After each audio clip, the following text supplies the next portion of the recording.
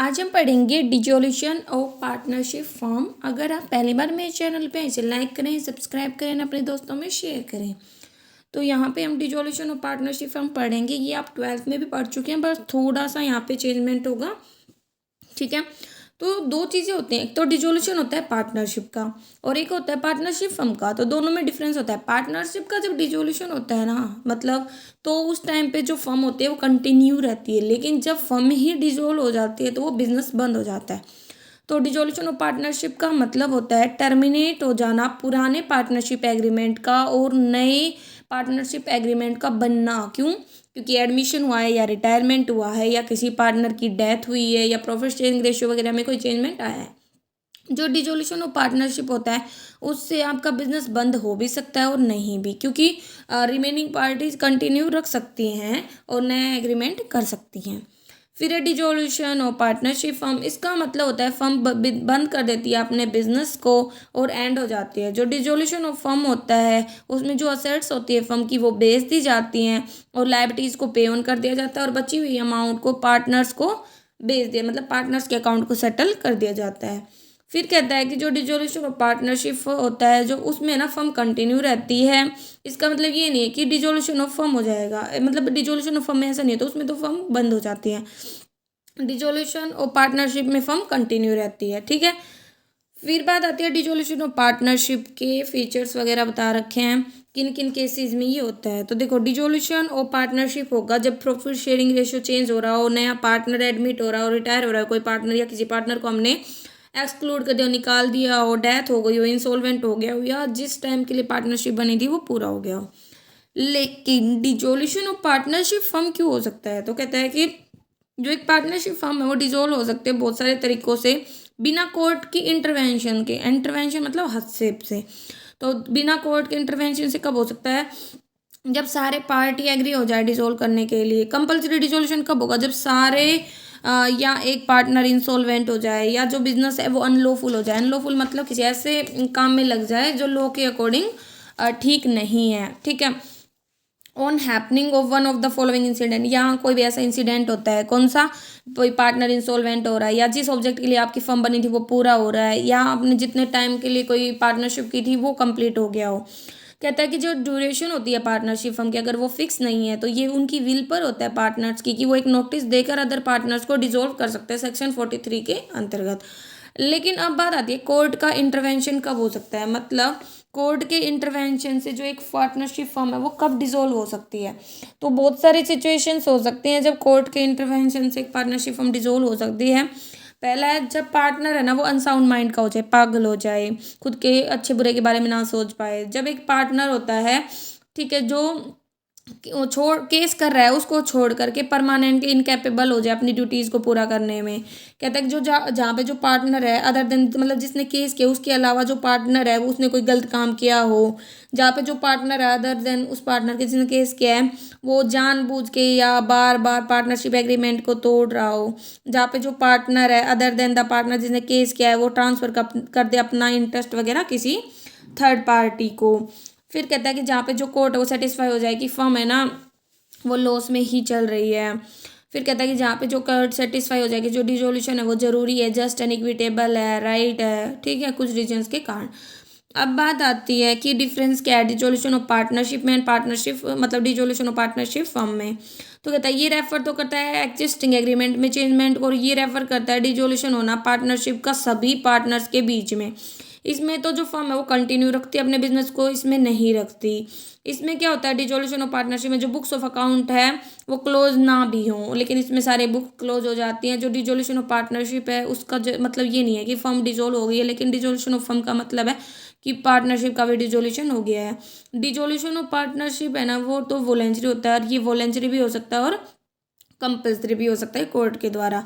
अब बात आती है कि जब डिसोल्यूशन होता है फर्म का तो कैसे अकाउंट का सेटलमेंट होता है। तो सबसे पहले तो क्या होता है कि जो भी अमाउंट ऑफ लॉस होती है या जो भी डिफिशियंसी होती है कैपिटल की वो पेड की जाती है प्रॉफिट में से, फिर कैपिटल में से, और लास्ट लेकर जरूरी हो तो ये रिलाइज की जाती है पार्टनर से। मतलब भाई फर्म के जो भी प्रॉफिट है पहले उनको यूज़ करोगे, फिर कैपिटल को, और लास्ट में अगर फिर भी पूरा ना हो तो पार्टनर से पैसा मंगवाया जाता है उनके प्रॉफिट शेयरिंग रेशियो में। फिर कहता है कि जो अमाउंट रियलाइज होती है सेट सेल से फर्म के, उसमें कहता है कि वो पैसा इंक्लूड करता है वो सम भी जो कंट्रीब्यूट किया जाता है पार्टनर्स के द्वारा, वो अप्लाई होगा किस तरीके से। सबसे पहले तो आउटसाइड लायबिलिटीज जो भी डेप्ट होंगे वो पे करेंगे, फिर कुछ बचता है तो जो भी लोन दिया गया है पार्टनर के द्वारा वो पे ऑफ करेंगे, फिर भी कुछ बचता है तो कैपिटल अकाउंट जो भी है पार्टनर्स की कैपिटल उसको रिटर्न करेंगे, फिर भी कुछ बचता है तो उसको पार्टनर्स में हम डिस्ट्रीब्यूट कर देंगे उनके प्रॉफिट शेयरिंग रेशियो में। ठीक है, इसके बाद आती है payment of firm debts and separate डेब्ट। तो कहता है कि जैसे कि जो अमाउंट रियलाइज होती है सेल ऑफ असेट से फर्म के, सबसे पहले हम उसको कहाँ पे यूज़ करें, फर्म के डेब्ट पे करने में, फिर भी अगर सरप्लस अवेलेबल है तो उसको पार्टनर्स में डिस्ट्रीब्यूट कर रहे हैं। वैसे ही जो अमाउंट हमें मिलती है फर्म मतलब जो भी पार्टनर्स है उनके प्राइवेट एस्टेट से, तो सबसे पहले हम उनके प्राइवेट डेब्ट पे करने में यूज़ करेंगे, देन अगर सरप्लस अवेलेबल होता है तो फर्म की लायबिलिटीज़ को पूरा करने में यूज़ करेंगे। अब प्रोसीजर क्या है डिजोल्व करने का फर्म को, तो 4 अकाउंट्स बनाए जाते हैं जो कंपलसरी हैं। रियलाइजेशन अकाउंट अगर पार्टनर ने लोन दिया तो पार्टनर का loan account, then capital account and cash and bank account. तो रियलाइजेशन अकाउंट कहता है कि ये ओपन किया जाता है ताकि हम सारे एसेट्स को डिस्पोज ऑफ कर सकें और जितनी भी लायबिलिटीज़ हैं उनको पे ऑफ कर पाएँ। जो रियलाइजेशन अकाउंट होता है ये नॉमिनल नेचर का होता है। इसका ऑब्जेक्ट क्या होता है, प्रॉफिट एंड लॉस को फाइंड आउट करना, जितनी भी एसेट्स हैं उनको रियलाइजेशन में एंड लायबिलिटीज़ की पेमेंट में। तो एंट्रीज क्या क्या होंगी, तो सबसे पहले हैं जितनी भी एसेट्स हैं उनको हम ट्रांसफ़र करेंगे रियलाइजेशन अकाउंट के डेबिट में, तो क्लोज करेंगे क्लोजिंग एसेट्स अकाउंट, तो उनको किस वैल्यू पर ट्रांसफ़र किया जाता है, बुक वैल्यू पर, छोड़ करके कैश एंड बैंक को, और जितनी भी असेट्स हैं उनको सारी को हम रियलाइजेशन में ट्रांसफर, तो realisation account debit to sundry assets account. फिर कहता है कि सिर्फ वही असेट्स ट्रांसफर होंगी इसके डेबिट में जो कैश में कन्वर्ट हो सकती हैं। Fictitious assets like as accumulated losses, debit balance है P&L का, या डेफर्ड रेवेन्यू एक्सपेंडिचर वगैरह, कोई एडवर्टाइजमेंट एक्सपेंस वगैरह, ये ट्रांसफ़र नहीं होता है रियलाइजेशन के डेबिट में। ठीक है, ये सीधा ही पार्टनर्स की कैपिटल अकाउंट में ट्रांसफ़र होगा उनके प्रॉफिट शेयरिंग रेशियो में। ठीक है, फिर बात आती है अगर कहता है कि कोई भी प्रोविज़न है किसी असेट्स के रिगार्डिंग, तो ये जैसे कि provision for bad and doubtful debt, provision for depreciation वगैरह, तो कहता है कि जो असेट्स है वो उसकी बुक वैल्यू पे ट्रांसफर होगा रियलाइजेशन अकाउंट में ग्रोस फिगर पे, और जो प्रोविज़न है वो ट्रांसफ़र हो जाएगा उसके क्रेडिट साइड में। ठीक है, जैसे कि टोटल डेटर 50,000 के थे, प्रोविजन था 4,000 का, तो 50,000 की वैल्यू से तो डेटर ट्रांसफ़र होंगे और 4,000 है ना वो उसके क्रेडिट में जाएगा रियलाइजेशन के। तो फिर कहता है कि जैसे प्रोविजन ट्रांसफर करना, provision for bad debt, provision for depreciation, machinery replacement reserve, investment fluctuation fund account, joint life policy reserve account to realisation account, तो ये सारे डेबिट में मतलब हम किस में भेज देते हैं, रियलाइजेशन के क्रेडिट में। कैश एंड बैंक बैलेंस वो ट्रांसफर नहीं होता क्योंकि हम अलग से कैश एंड बैंक अकाउंट बना के चलते हैं। जितनी भी एसेट्स है वो ट्रांसफर होंगी वो सिर्फ बुक वैल्यू पे ट्रांसफर होंगी। अब बात आती है लाइबिलिटीज़ की क्लोजिंग के लिए, तो लाइबिलिटीज़ को क्रेडिट में भेजते हैं रियलाइजेशन अकाउंट के, तो रियलाइजेशन अकाउंट मतलब sundry liabilities account debit to realisation account. कुछ पॉइंट्स है जो ध्यान में रखने चाहिए लाइबिलिटीज़ के लिए। पहला है सिर्फ वही लाइबिलिटी ट्रांसफर होंगी जो किसी थर्ड पार्टी से रिलेटेड है।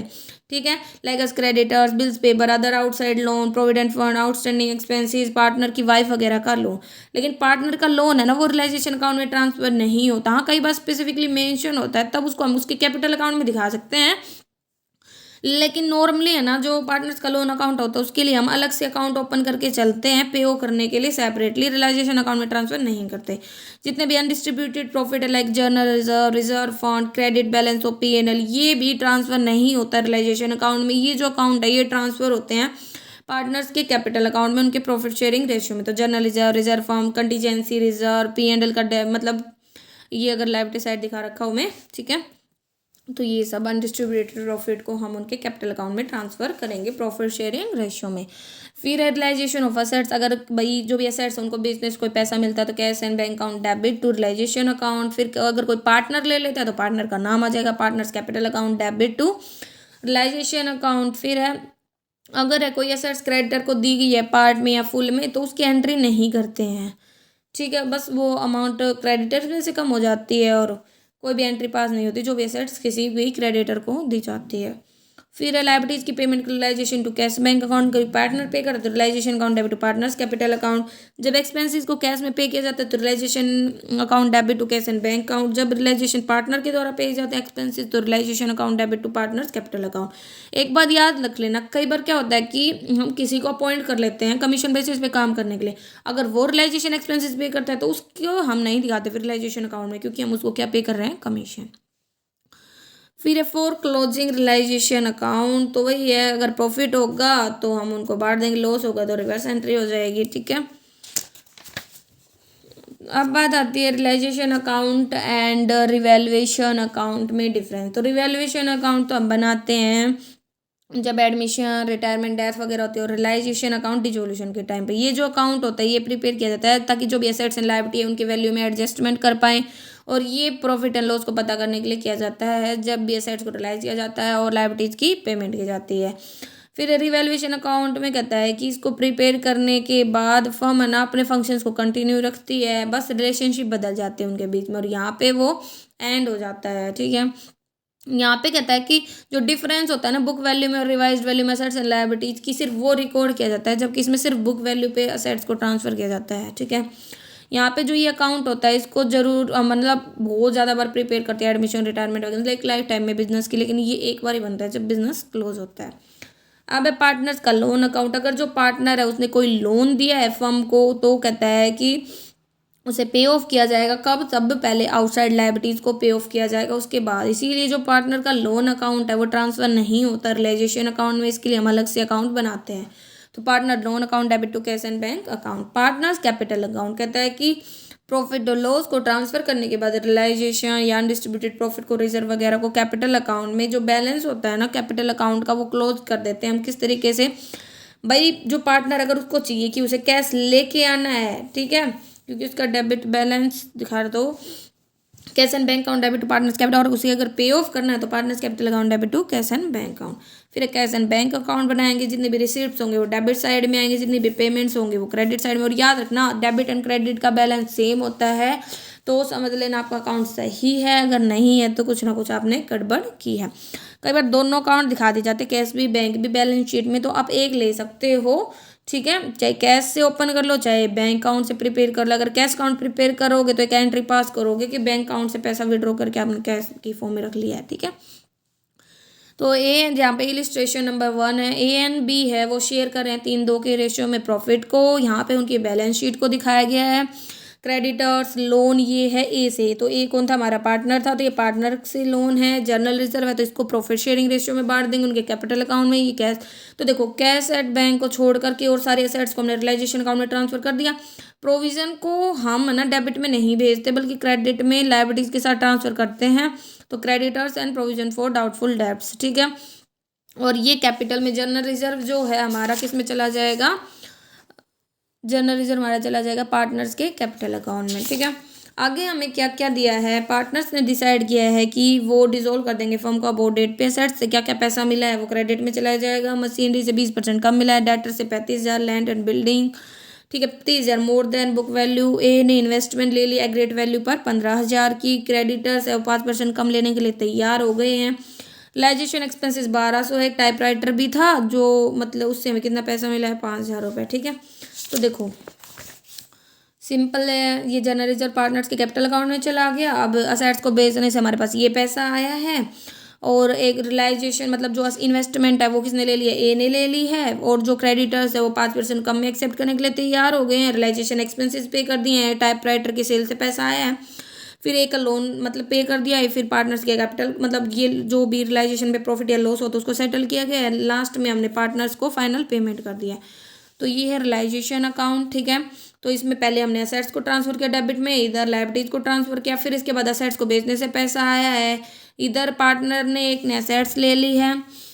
अगर कुछ भी ना बताया जाए तो हमें ना लायबिलिटीज की तो पेमेंट करनी ही होती है। फिर क्रेडिटर्स ने 5% कम में ले लिया। फिर एक्सपेंसेस पे किए हैं। इधर टाइपराइटर की सेल से पैसा आया और ये इन्वेस्टमेंट ये ने ली ही थी। फिर एक का लोन अकाउंट का पेमेंट हो गया, ठीक है। और हमें पता है लोन एक लायबिलिटी होती है तो क्रेडिट में आ गया बैलेंस बीडी, और फिर उसकी पेमेंट हो गई बैंक से। ये कैपिटल अकाउंट बना दिया ए और बी का। जनरल रिजर्व ट्रांसफर और रियलाइजेशन का प्रॉफिट आया। ये इन्वेस्टमेंट जो ली थी ए ने वो दिखा दी, और लास्ट में फाइनल पेमेंट और ये बैंक अकाउंट, ठीक है। तो इसने यही दिया कि रियलाइजेशन अकाउंट बनाया, फिर पार्टनर्स का लोन अकाउंट बनाया, फिर कैपिटल अकाउंट बनाया, फिर बैंक अकाउंट बनाया, ठीक है। और जो असेट्स है वो ट्रांसफर की जाती है रियलाइजेशन अकाउंट में जो बैलेंस शीट में जो वैल्यू दिखाई गई है मतलब बुक वैल्यू पे। और कैश और बैंक बैलेंस है वो रियलाइजेशन अकाउंट में हम ट्रांसफर करते नहीं है। इसके लिए हम एक सेपरेट अकाउंट बनाते हैं, कैश एंड बैंक अकाउंट। अब कुछ कुछ ट्रांजेक्शन्स मतलब आएंगी उनके बारे में हम पढ़ेंगे। देखो यहाँ पे मिसिज एक्स लोन है, ये ना पार्टनर नहीं है, उसकी वाइफ, एक्स की वाइफ है, तो इसके लिए कोई अलग से लोन अकाउंट नहीं बनाएंगे, बल्कि ये हमारी लायबिलिटी है, तो इसको हम है ना रियलाइजेशन अकाउंट के क्रेडिट में भेज देंगे। फिर है एक्स लोन, ये पार्टनर का, तो इसके लिए अलग से अकाउंट बनेगा। फिर इन्वेस्टमेंट फ्लैक्चुएशन फंड, याद रखना इन्वेस्टमेंट फ्लैक्चुएशन फंड तभी ट्रांसफर होगा इसके क्रेडिट में जब हमें इन्वेस्टमेंट दी होगी। अगर हमें इन्वेस्टमेंट नहीं दी गई है बैलेंस शीट में, तो ये सीधा पार्टनर्स के कैपिटल अकाउंट में डिस्ट्रीब्यूट हो जाएगा। तो ये यहाँ क्या लाइफ पॉलिसी फंड है, ये भी आ गया, और जितनी भी हमारी एसेट्स थी सारी इधर चली गई, और प्रोविजन था वो भी हमारा क्रेडिट में आ गया। इसके बाद बोला है ज्वाइंट लाइफ पॉलिसी सरेंडर करते हैं, मतलब 18,000 रुपये मिलते हैं हमें। एक्स ने ना इन्वेस्टमेंट को ले लिया 25% ज़्यादा बुक वैल्यू पे, ठीक है। तो इन्वेस्टमेंट थी कितने की, इन्वेस्टमेंट थी हमारी 20,000 की, तो 25% ज़्यादा पे ले लिया, मतलब 25,000 पे ले लिया। वाई है, उसने डेटर्स लिए हैं जो मतलब 5,000 के थे, 4,000 में ले लिए, ठीक है। वाई ने डेटर ले लिए हैं, रिमेनिंग डेटर है उनसे 75% मिला है। तो वैसे डेटर थे कितने, तो डेटर थे हमारे 15,000 के, 5,000 तो हो गए थे, 10,000 का 75% हमें मिल गया है, ठीक है, डेटर से 10,000 का 75%। फिर इसने बोल दिया स्टॉक है ना वो हमने 41,000 में बेचा है, और प्लांट हमने 40,000 में, 41,000 और 40,000।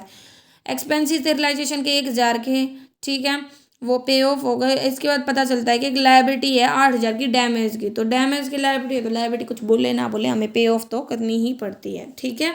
फिर क्रेडिटर्स था, तो क्रेडिटर्स को पे ऑफ करेंगे, और लोन था तो लोन को पे ऑफ करेंगे, चाहे इन्फॉर्मेशन दे ना दे, दें तो जिसके अकॉर्डिंग भाई सेटलमेंट हुई वैसे करोगे। अगर कोई इन्फॉर्मेशन नहीं देते हैं तो फुल में लायबिलिटीज़ को पे ऑफ किया जाता है, ओके। तो हमने फुल में लायबिलिटीज़ को पे ऑफ कर दिया। प्रोविजन फॉर डाउटफुल डेट वगैरह की इसकी सेपरेट में पेमेंट करने की जरूरत नहीं आती है, ठीक है। फिर बात आती है क्या, लोन अकाउंट सेटल करेंगे एक्स का, फिर कैपिटल अकाउंट बनाएंगे, उनका बैलेंस था, रियलाइजेशन का लो, जो भी एसेट्स लिए रियलाइजेशन का लॉस एंड फाइनल पेमेंट। यार इन्वेस्टमेंट फ्लक्चुएशन फंड तभी ट्रांसफर होगा रियलाइजेशन अकाउंट में अगर इन्वेस्टमेंट दी है हमें सेट साइड में। सिमिलरली ज्वाइंट लाइफ फंड है ना, वो भी ट्रांसफर तभी होगा रियलाइजेशन अकाउंट में अगर ज्वाइंट लाइफ पॉलिसी है ना वो है सेट साइड्स में, ठीक है। अगर कुछ भी मेंशन नहीं है पेमेंट ऑफ आउटसाइड लायबिलिटी के रिगार्डिंग, तो ये मानते हैं ये पूरी पेमेंट करेंगे हम, ठीक है। और गुडविल अपीयर हो बैलेंस शीट में, तो इसको अदर एसेट्स की तरह ही हम डेबिट में भेजते हैं। अगर कुछ भी ना बोला जाए इसके रियलाइजेशन के लिए, तो हम मानते हैं कि इसकी वैल्यू नील है, ओके। फिर बात आती है नेक्स्ट इलिस्ट्रेशन की, इलिस्ट्रेशन नंबर 3। तो यहाँ पे बोल रखा है ABC पार्टनर है, शेयर कर रहे हैं प्रॉफिट एंड लॉस को 2-2-1 में, वो एग्री हो जाते हैं डिजोल्व करने के लिए फर्म को। तो बैंक ओवरड्राफ्ट है, याद रखना रियलाइजेशन के क्रेडिट में जाएगी, ठीक है। फिर बात आती है इसके बाद आगे क्रेडिटर्स, ये भी चले जाएंगे, बीपी भी हमारा उसी के क्रेडिट में चला जाएगा। ये बीज वाइफ लोन है, ये भी क्रेडिट में जाएगा रियलाइजेशन के। डाटा स्टॉक फर्नीचर ये सारे हमारे उसमें चलो। और ये P&L जो हमारा है असेट साइड में लॉस है, तो इसको हम डिस्ट्रीब्यूट करेंगे पार्टनर्स के कैपिटल अकाउंट में, ठीक है। असेट से जो जो पैसा मिला है 32,000 का, 45,000 का, ये सब हम दिखा देंगे। और डायरेक्टर से फुल अमाउंट मिली है। फिर ए एग्री हो जाता है कि वो टेक ओवर करेगा फर्नीचर को 1,600 में, तो ये कैपिटल अकाउंट के नाम से दिखा देंगे। और वो पेमेंट करेगा बीपी की, ठीक है, मतलब बिल्स पेबल की। फिर इसके बाद है कि एक अनरिकॉर्डेड असेट्स थी, ठीक है, ऑफ 10,000 की, जो किसके द्वारा टेक ओवर की गई है, सी के द्वारा 7,000 में। तो 10,000 के अनरिकॉर्डेड 7,000 में सी ने ले ली है, तो अनरिकॉर्डेड असेट्स के नाम से हम रियलाइजेशन अकाउंट में क्रेडिट में दिखा देंगे इसको। BR होता है 5,000 को, रिसीव होता है कस्टमर मोहन से, एंड जो बिल है उसको हम डिस्काउंट करवा लेते हैं। मोहन इंसॉल्वेंट हो जाता है और कहता है कि उससे सिर्फ 60 पैसे मिलते हैं। तो 5,000 के बिल पे 60%, क्योंकि 60 में 100 ही तो होता है, 60 पैसे एक, और 1 रुपये में 100 पैसे होते हैं। 0,065 मतलब 3,000 रुपये आ गए, तो ये क्रेडिट में दिखा देंगे रियलाइजेशन अकाउंट के। और वैसे बिल कितने का था, 5,000 का था, तो इस बिल को हम 5,000 का था तो डेबिट में दिखाएंगे रियलाइजेशन अकाउंट के, ठीक है। क्रेडिटर थे उनको पे ऑफ किया गया है 1,500 के डिस्काउंट पे, ये हमारी हो जाएगी। तो ये इसने दिखाया, फर्नीचर लिया, ये सब एंट्री मेन इसने करके दिखाए। तो एक बात देखो, अगर आपको कैश और बैंक बैलेंस दोनों देते हैं तो आप कैश अकाउंट ले सकते हो, और तब बैंक ओवरड्राफ्ट को रियलाइजेशन के क्रेडिट में भेजेंगे। लेकिन यहाँ पे हमें ना कैश बैलेंस नहीं दिया है, तो हम क्या करेंगे, इसको बैंक ओवरड्राफ्ट को ही बैंक अकाउंट के क्रेडिट में भेज देंगे, क्योंकि ओवरड्राफ्ट है। ओवरड्राफ्ट मतलब जितना पैसा आपके अकाउंट में था उससे ज़्यादा आपने विड्रॉ किया है, तो ये यहाँ पे आ जाएगा बैंक ओवरड्राफ्ट, अब यहाँ पे नहीं भेजेंगे, ओके। तो ये सारी एसेट्स ट्रांसफ़र की, लायबिलिटी ट्रांसफ़र की, फिर बी आर जो डिसऑनर हुआ था तो उससे 3,000 आए हैं। वैसे बी आर कितने का था, 5,000 का। जब डिस्काउंट कराया बैंक से, वाइफ लोन पे किए, बीपी किसने, ए ने लायबिलिटी ली थी कि वो पे करेगा बीपी को। ये क्रेडिटर सेटल हुए 1,500 के डिस्काउंट पे। फिर एक अनरिकॉर्डेड एसेट्स थी वो सी ने ले ली, ये सब आ गया। ये इनका बैलेंस था। बीपी लिया था इसने, वाइफ का लोन बी ने पे करने के लिए बोला था। कितना कैश लेके आए हैं ये बाद में पता चलेगा। सबसे पहले सारी चीज़ें, ये इसका मतलब डेबिट बैलेंस दिखा रहा है असेट्स में, क्योंकि ये पहले से डिफिशियंसी में चल रहा था। ये PNL account set of furniture लिया था, फिर रियलाइजेशन असेट्स वगैरह ली थी किसी ने। तो इसको सेटल करने के बाद फिर बैंक की पेमेंट कर देंगे। तो बी आर जो मतलब जितना हमें पैसा मिला वो तो डेबिट में चला जाएगा। एक्चुअल में था कितने का, 5,000 का। ठीक है, अब नेक्स्ट इलिस्ट्रेशन है, इलिस्ट्रेशन नंबर 4। तो यहाँ पे बताया गया है लोन ये सीधा ही बैंक से है तो इसकी पेमेंट हमें करनी है। तो ये लायबिलिटी है तो हमने ये ट्रांसफर कर दी।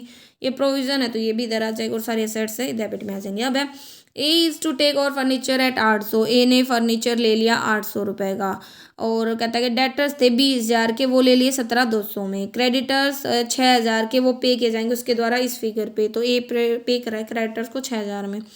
बी है वो सारे स्टॉक को ले लेता है इन ट्रेड एट 7,000। तो बी है स्टॉक को ले लेता है 7,000 में, एंड कुछ सन्ड्री असेट्स को ले लेता है 7200 में, जो 10% लेस देन थी बुक वैल्यू से। तो देखो ये ना 10% कम है बुक वैल्यू से। तो 7200 मतलब 90 की वैल्यू है तो 90 मल्टीप्लाई मतलब 8,000 के थे सन्ड्री डेटर्स। दो इसने कितने में लिए हैं, 7200 में। वैसे सन्ड्री डेटर्स कितने थे हमारे, 24,200 के, जिसमें से 20,000 के एक ने ले लिए हैं। ठीक है, क्योंकि डेटर्स अमाउंटिंग टू मतलब ठीक है 20,000 के थे जो इसने 17,200 में लिए थे। ठीक है, आगे देखते हैं फिर हम। आगे इसने बोल दिया क्योंकि इसने सन्ड्री असेट्स लिए हैं 8,000 वैल्यू की, और सन्ड्री असेट्स थी हमारी 17,000 की। तो 8,000 वैल्यू की इसने 7200 में ले ली, तो 8,000 गई। तो मतलब अभी भी 9,000 रुपये की हमारी असेट्स बाकी हैं। आगे इसने हमें क्या बोला वो देखते हैं हम। इसने हमें बोला कि C is to take over the remaining sundry assets, उनको ले रहा है सी रिमेनिंग सन्ड्री असेट्स को। तो रिमेनिंग सन्ड्री असेट्स हमारी कितनी 9,000 की। 9,000 की सन्ड्री असेट्स को 90% ऑफ बुक वैल्यू पे ले रहा है, और उसमें से कितने कम कर रहा है, 100 रुपये। ठीक है, तो ये यहाँ से हमारी वैल्यू आ गई।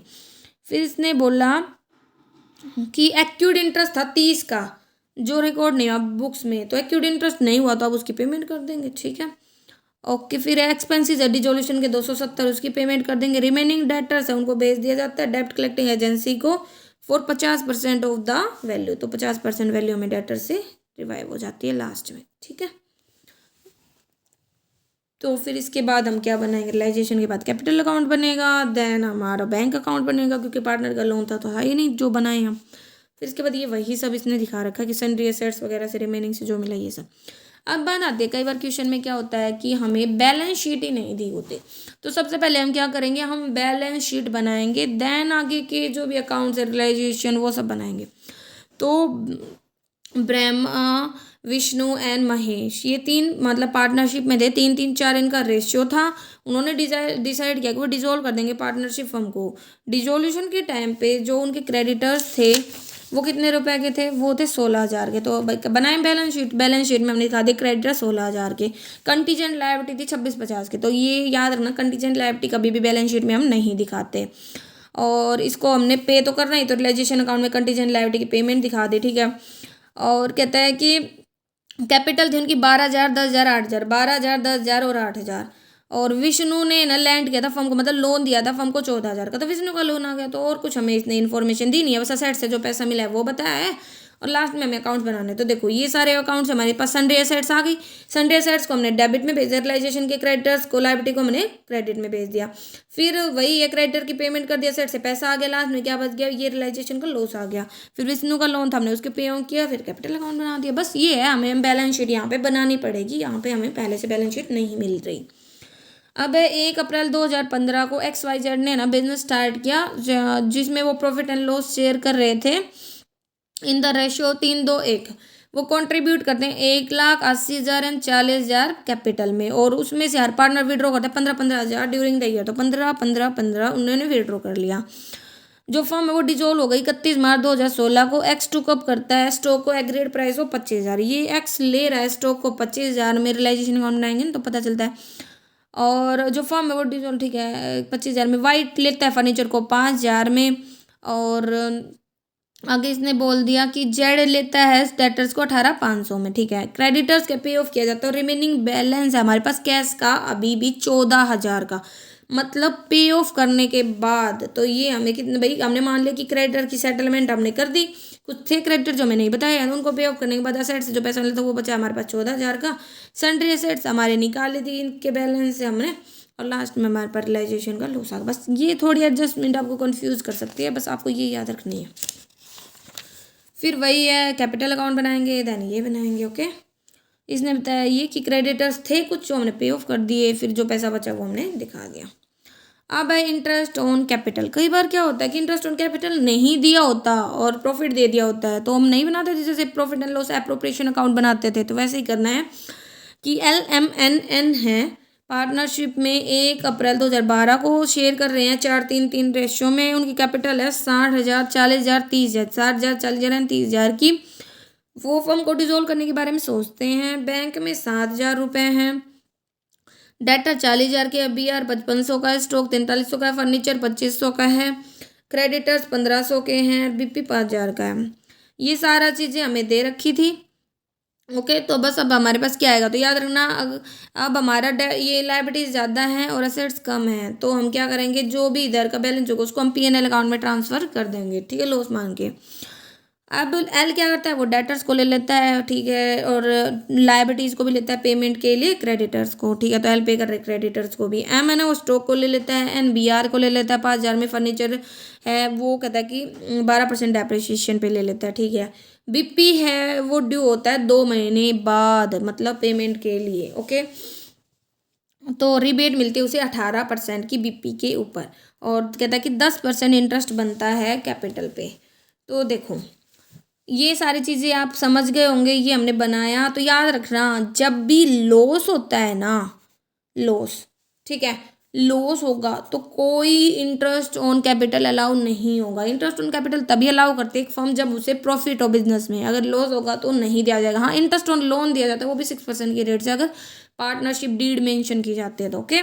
तो कोई इंटरेस्ट ऑन कैपिटल अलाउ नहीं होगा। ये सारी चीज़ें आप समझ गए। यहाँ पे BP है वो 2 महीने के लिए हुआ है ना, 2 महीने बाद ड्यू होगा, तो 2 अपने में 12, क्योंकि एक साल में 12 महीने होते हैं, और 18% की रेट से डिस्काउंट घटाने के बाद हम पेमेंट कर देंगे इसकी, ये लॉस ट्रांसफर कर देंगे। देन ये अब भाई यहाँ पे हमें एप्रोप्रिएशन अकाउंट बनाना सीखेंगे। वैसे तो आपने सीखा भी 12th क्लास में। तो ABC है वो बिजनेस स्टार्ट करते हैं 1 अप्रैल 2014 को, शेयर कर रहे हैं प्रॉफिट को 3-2-1 में, और उनकी कंबाइंड कैपिटल है 96,000 की। जो शेयर कर रहे हैं वो प्रॉफिट शेयरिंग रेशियो मतलब 3-2-1 में, और वो 10% इंटरेस्ट ऑन कैपिटल चाहते हैं। प्रॉफिट हमें बता रखा है 2014-15 का, अलाउ करने से पहले इंटरेस्ट ऑन कैपिटल 39,600, और वो ड्रू करते हैं 10,000, 7,500 एंड 6,000, मतलब विड्रॉ करते हैं ये सब, ठीक है।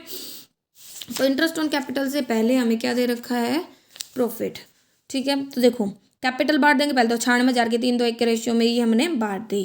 कैपिटल आ गई उनकी, इस कैपिटल पे उनका 10% की रेट से इंटरेस्ट बना दिया हमने। बैलेंस था 39,600 का, तो इस बैलेंस में से इनका इंटरेस्ट घटाने के बाद का बैलेंस आ गया, मतलब जो भी प्रॉफिट बनता है उनका, ठीक है।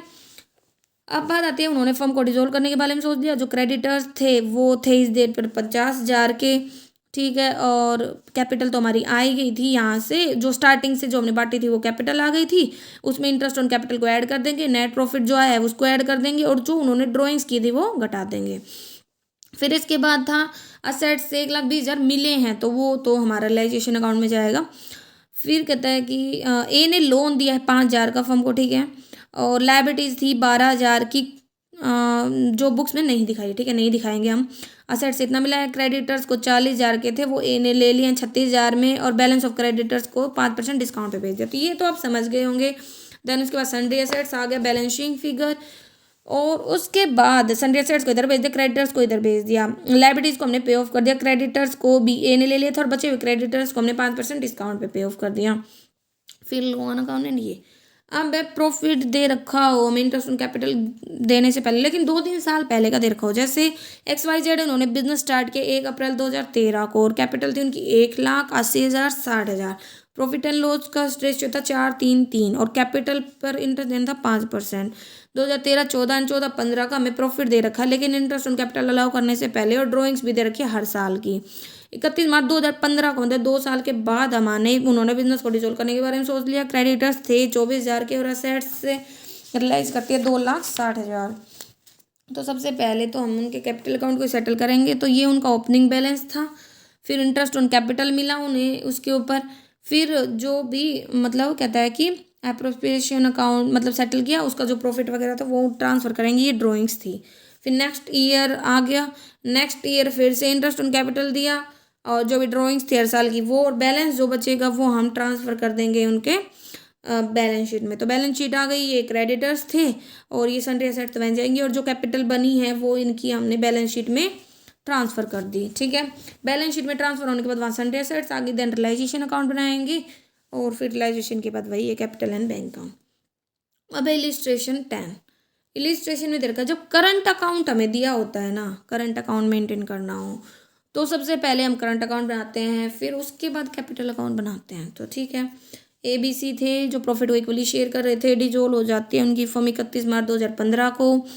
इस दिन पर तो बैलेंस शीट वो कैसे थी, तो sundry creditors reserve for contingency है ना, ये डिस्ट्रीब्यूट करेंगे हम उनमें। ठीक है, प्रॉफिट एंड लॉस को डिस्ट्रीब्यूट करेंगे। एक ही वाइफ का लोन है, ये रियलाइजेशन में जाएगा, बैंक लोन रियलाइजेशन में जाएगा, कैपिटल करंट अकाउंट ये सब हमें दे रखा था। वहाँ पे बिल था 5,000 का, तो ये जो बिल था आर से मिला था और आर इंस्टॉलमेंट हो गया, 60% पैसे ही मिले। तो जो पैसा मिला वो तो रियलाइजेशन के क्रेडिट में और वैसे फुल वैल्यू जो है वो रियलाइजेशन के डेबिट में।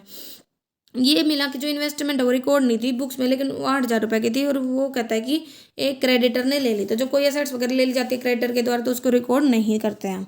ए एग्री हो गया कि वो एक्सेप्ट करेगा फर्नीचर को वाइफ के लोन के सेटल में। तो वाइफ का लोन हट गया रहेगी, आप चाहे तो दोनों साइड दिखा भी सकते हो, नहीं तो इसकी कोई एंट्री की भी ज़रूरत नहीं है। फिर है बैंक लोन था ना, वो रीपे कर दिया गया इंटरेस्ट के साथ 9 महीने का। तो ये इंटरेस्ट था 9 महीने का, ये ऐड ऑन कर दिया गया और असेट से जो पैसे मिले वो दिखा रखा है। तो यहाँ पे लायबिलिटी ट्रांसफर की, इधर एसेट्स ट्रांसफर की, फिर बिल डिस्काउंट की ओरिजिनल वैल्यू इतनी थी, इतना उससे रिसीव हुआ, ये सब यहाँ पे दिखा रखा है। सबसे पहले हम करंट अकाउंट बनाएंगे, इसमें जो भी करंट अकाउंट का बैलेंस है वो रिजर्व कंटीजेंसी से मिला था, P&L से मिला था, वो सब हम यहाँ पे दिखा देंगे और रियलाइजेशन का लॉस वगैरह वो सब। और उसके बाद जो भी बैलेंस बचता है उसको हम ट्रांसफ़र करेंगे कैपिटल अकाउंट में, फिर हम इनकी एडजस्टमेंट कर देंगे, फिर बैंक अकाउंट वगैरह आ जाएगा। ठीक है, अब यहाँ पे इसने यही बता भी रखी है कि कोई सेपरेट एंट्री नहीं होगी। जो इन्वेस्टमेंट 8,000 की किसने ली है, क्रेडिटर्स ने। फिर कहता है कि जो वाइफ का लोन है वो कैश में पे नहीं हुआ, ये सेटल किया गया फर्नीचर के अगेंस्ट में, इसीलिए इसकी भी कोई एंट्री पास नहीं की जाएगी। और जब पार्टनर का करंट अकाउंट है वो क्वेश्चन में दे रखा होता है, इसका मतलब है कि कैपिटल फिक्स है। इस सिचुएशन में जो प्रॉफिट एंड लॉस होता है रियलाइजेशन में वो किस में ट्रांसफ़र करते हैं, हम करंट अकाउंट में ट्रांसफ़र करते हैं। ओके, इसके बाद आते हैं हमारे पास नेक्स्ट इलिस्ट्रेशन। जब कहता है कि वही करंट अकाउंट दे रखा हो, तो यहाँ पे भी हमें करंट अकाउंट दे रखा है। ठीक है, तो कैपिटल अकाउंट है, सन्ड्री क्रेडिटर है, BP है, ये एसेट्स वगैरह बता रखी हैं हमें। अब है जो वैल्यू है जॉइंट लाइफ पॉलिसी की बैलेंस शीट में रिप्रेजेंट करती है, सरेंडर करती है 24,000 की वैल्यू। ठीक है, जो इनेबल करती है सेटल करेगी अकाउंट्स को विद द पार्टनर, जब अगर पार्टनर की डेथ वगैरह हो जाती है। तो क्योंकि जॉइंट लाइफ पॉलिसी का मतलब है जब एक फर्म वगैरह है वो अपने सभी एम्प्लॉयज़ का इंश्योरेंस ले लेती है। तो फील्ड जो पार्टनर था, फील्ड नाम था, उसकी डेथ हो जाती है, जो रिमेनिंग पार्टनर है वो अराइव नहीं कर पाते किसी भी अंडरस्टैंडिंग पे, तो वो डिसाइड करते हैं कि वो डिसॉल्व कर देंगे। तो जो सम एश्योर्ड है जॉइंट लाइफ पॉलिसी वो रिलाइज होता है इंश्योरेंस कंपनी, मतलब 24,000 दिए थे वो इंश्योरेंस कंपनी से हमें मिल गई। प्लांट एंड मशीन से इतना मिला, फर्नीचर फिक्सचर से इतना मिला, बिल्स रिसीवेबल्स एंड डेटर्स से 5% डिस्काउंट पे। और स्टॉक में कहता है कि जो 70% टोटल इन्वेंट्री का फुल में मिल गए, 10% जीरो मिला, कुछ भी नहीं मिला, और रेस्ट से 50% मिला। ठीक है, लायबिलिटी थी 1,000 की जो रिकॉर्ड नहीं थी, लेकिन उसकी पेमेंट हमने कर दी। ठीक है, तो ये 1100 की थी। ठीक है, तो ये एसेट ट्रांसफ़र की है, लायबिलिटीज ट्रांसफ़र की हैं।